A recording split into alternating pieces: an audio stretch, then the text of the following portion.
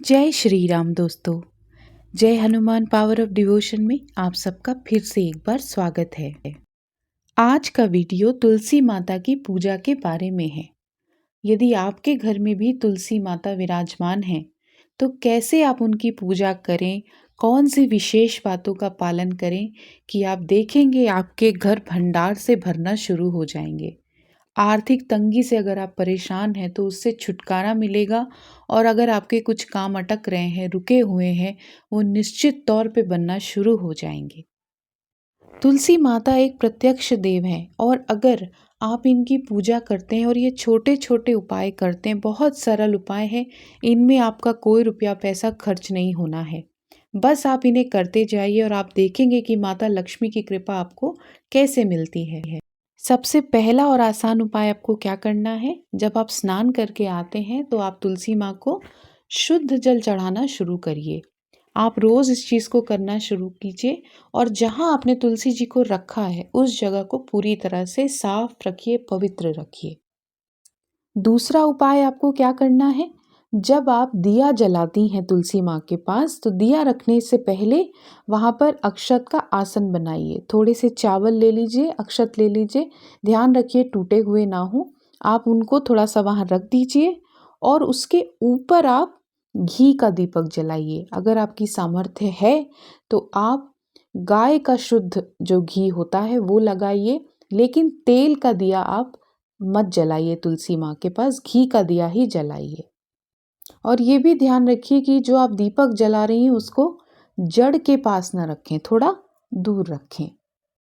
तीसरा उपाय आसान है लेकिन विशेष है। तो गुरुवार के दिन आपको ये उपाय करना है। जो जल आप तुलसी माँ पे चढ़ाती हैं उसमें कुछ बूंदे दूध की डाल दीजिए। पूरा मिलाइएगा नहीं क्योंकि दूध से तुलसी सूख जाती हैं, तो कुछ बूंदे उसमें डालिए और वो जल आप अर्पित करिए। एक और उपाय आपको करना है गुरुवार के दिन ही, वो ये, जब आपने उनको जल चढ़ा दिया उसके बाद आप तुलसी माँ को हल्दी चढ़ाना शुरू कर दीजिए। हर गुरुवार आप तुलसी जी को हल्दी चढ़ाइए और आप इसका रिजल्ट देखेंगे कि बहुत जल्दी आपको प्रोग्रेस दिखना शुरू हो जाएगी अपनी लाइफ में।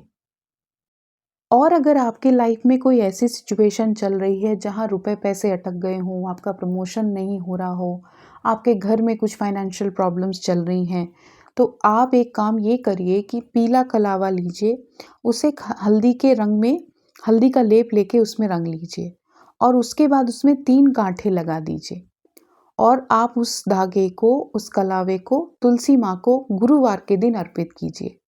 और जो 3 गांठें आप लगा रहे हैं, 3 बार आपको ओम नमो भगवते वासुदेवाय नमः ये मंत्र आपको बोलना है और आप उनके चरणों में, उनकी जड़ों के पास इसको रख दीजिए। फिर आप देखेंगे कि आपके काम धीरे धीरे बनना शुरू हो जाएंगे। पूजा करने के बाद गुरुवार को जब आप पूजा करते हैं स्पेशली, तो आप तुलसी माँ की परिक्रमा ज़रूर करिए। परिक्रमा रोज ही करनी चाहिए, लेकिन अगर ऐसा है कि क्योंकि गुरुवार को एक स्पेशल दिन माना गया है तुलसी की पूजा के लिए, तो गुरुवार को आप उनकी परिक्रमा 3 परिक्रमा ज़रूर करिए। अगर नहीं आप पूरा चक्कर लगा पा रहे हैं उनके आसपास, तो जहां आप खड़े हैं उसी जगह आप 3 परिक्रमा कर लीजिए।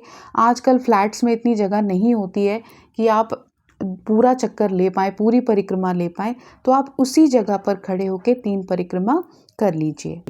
कई बार ऐसा हो जाता है, कोई परिस्थिति आ गई, आप तुलसी में जल नहीं चढ़ा पा रही हैं, तो अगर ऐसा हो गया कि आप रोज़ जल नहीं दे पा रहे हैं, उसके लिए भी अगर आप गुरुवार को प्रथम सूर्य देव को जल चढ़ाइए और फिर माता तुलसी को आप जल अर्पित करिए और थोड़ा सा दूध डाल के और हल्दी उन्हें अर्पित कर दीजिए, आपको उसका फल भी मिलेगा।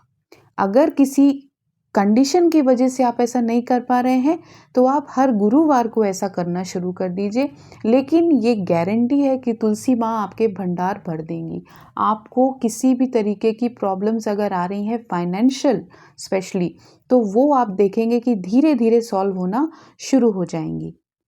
तुलसी का पौधा कितना शक्तिशाली और दैवीय है, आप इस बात से इसका अनुमान लगा सकते हैं कि अगर आप तुलसी का दल भोग में नहीं रखते तो वो भोग स्वीकार्य नहीं माना जाता, वो नैवेद्य अधूरा रह जाता है और भगवान तृप्त नहीं होते। तो यदि आप विष्णु जी की या उनके किसी अवतार की पूजा कर रहे हैं, तुलसी दल आपके नैवेद्य में होना आवश्यक है। अगर वो नहीं होगा तो आपका भोग पूर्ण नहीं माना जाएगा और भगवान तृप्त भी नहीं होंगे। हाँ, एक चीज़ का ध्यान आप रखिए कि आप भगवान शिव को और गणेश जी को तुलसी अर्पित ना कीजिए, क्योंकि उनकी पूजा में तुलसी वर्जित है। अगर किसी भी वजह से आपके घर की तुलसी सूख गई है और आप नया तुलसी का पौधा लाने वाले हैं, उस अंतराल में आप उस सूखी हुई तुलसी की जो लकड़ी है उसे भी पूज सकते हैं। आप पूजा घर में उसको रख सकते हैं, क्योंकि तुलसी इतनी दैवीय है दोस्तों कि वो किसी भी रूप में पूजी जा सकती है और कोई ऐसा दुष्प्रभाव आपको नहीं पड़ेगा, कोई अपशगुन नहीं होता है। इस चीज़ को आप अपने दिल से निकाल दीजिए। तुलसी माँ की पूजा से जुड़े 6 नियम अब हम आपको बताएंगे। सबसे पहला है कि बिना स्नान आप जल कभी नहीं चढ़ाएंगे। ये मत कीजिए, इससे आपको पाप लग सकता है, दोष लग सकता है। दूसरा, आप अशुद्ध अवस्था में कभी तुलसी माँ का स्पर्श मत कीजिए। देखिए, तुलसी माँ जो है एक प्रत्यक्ष देवी हैं। अगर आप उन्हें स्पर्श करते हैं तो आप भगवान को छू रहे हैं, आप एक देवी को छू रहे हैं। तो अगर आप ऐसा नहीं करते, इस चीज़ को मजाक मत समझिए। आप कभी भी अशुद्ध हैं तो उन्हें स्पर्श ना करें। तीसरा ये है कि जब भी आप तुलसी दल तोड़ें, पहले उन्हें प्रणाम करें, उसके बाद ही आप तुलसी दल को तोड़ें। चौथा है कि रविवार, एकादशी, सूर्य एवं चंद्र ग्रहण जिस दिन पड़े उस दिन भी आप तुलसी पर जल न चढ़ाइए। रविवार को तुलसी माता निर्जल व्रत रखती हैं भगवान विष्णु के लिए, इसीलिए रविवार को, एकादशी को और इन 3 दिनों में ना आप तुलसी को जल चढ़ाइए और ना ही तुलसी दल आप इन दिनों में तोड़िए। इसके साथ ही अगर आपको अपने घर में तुलसी लगानी है तो गुरुवार का दिन अति शुभ माना गया है, तो गुरुवार को आप तुलसी अपने घर में लगा लीजिए।